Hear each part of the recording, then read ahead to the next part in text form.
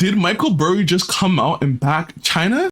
I'm not really sure, kind of, not really, sort of. We're going to look at this tweet and find out what he really meant by this post, because we already know China is having a 2009 American moment when the Lehman Brothers all crashed down and all these banks crashed. This is what Michael Burry is seeing in the market right now. So is this a perfect time to invest? Because remember back then in 2009, when everyone was running to the hills, we're scurrying around, people who invested back in 2009 made huge returns if you bought the right companies. So let's look at what Michael Burry is saying. He basically had two tweets regarding this situation. It might not be related, but I think it's related. So let's get into this video. Let's hear what Michael Burry has to say about China investing in the Chinese market, the K-Web, Alibaba, Tencent, NIO, all of these companies that are loved in China. Let's get into it right now. But before we do, like this video, subscribe to my channel. Always providing you guys with so much new content.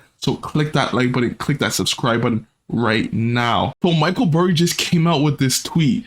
China markets are having in America in early 2009 moment. Fear and uncertainty are peaking or close to it, but China is too important to America.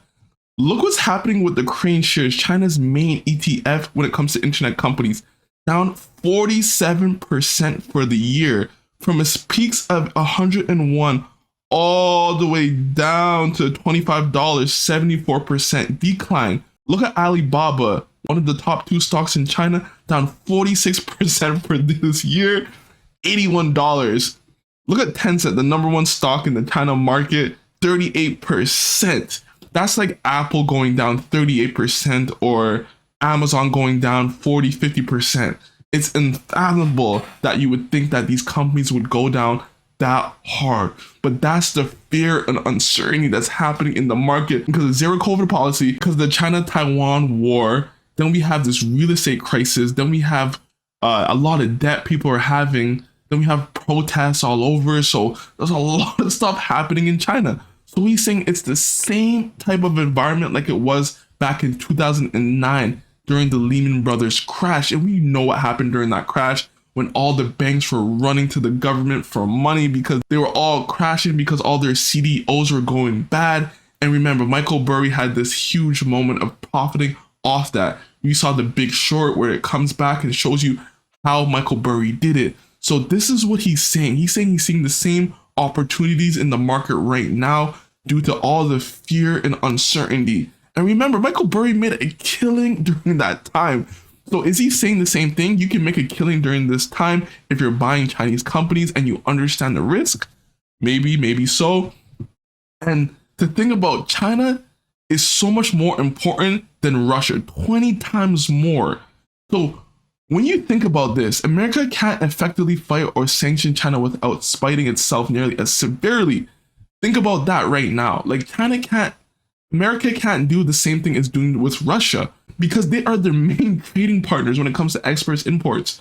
Like that's like $200-300 billion going to waste of GDP. Plus they transport a lot back and forth products. Can you imagine if China goes through that with America?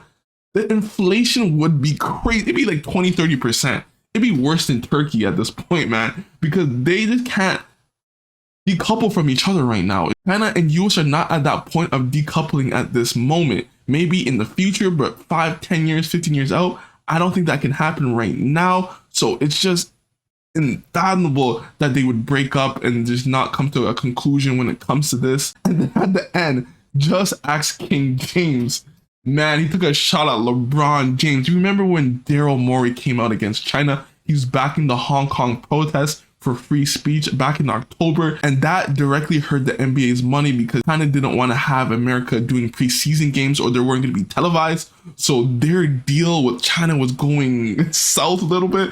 And then King James came out and said, basically, I don't know what's happening in China, so I can't really comment on it. And people were like, whoa, this is going against everything that you were spilling about backing the people, blah, blah, blah. So this is what Michael Burry is saying about King James, about the market in China. You can't see them splitting right now because there's too much money in it. So what do you think about Michael Burry actually saying this? Now, do you agree? Do you disagree? What are your thoughts on China and investing in the Chinese market? On top of that, on his next tweet, he basically talks about investing in companies generating cash flow right now. This is what I'm seeing in the market. Like Baba, Tencent, they're generating this free cash flow. The price to sales isn't high. The multiples aren't high.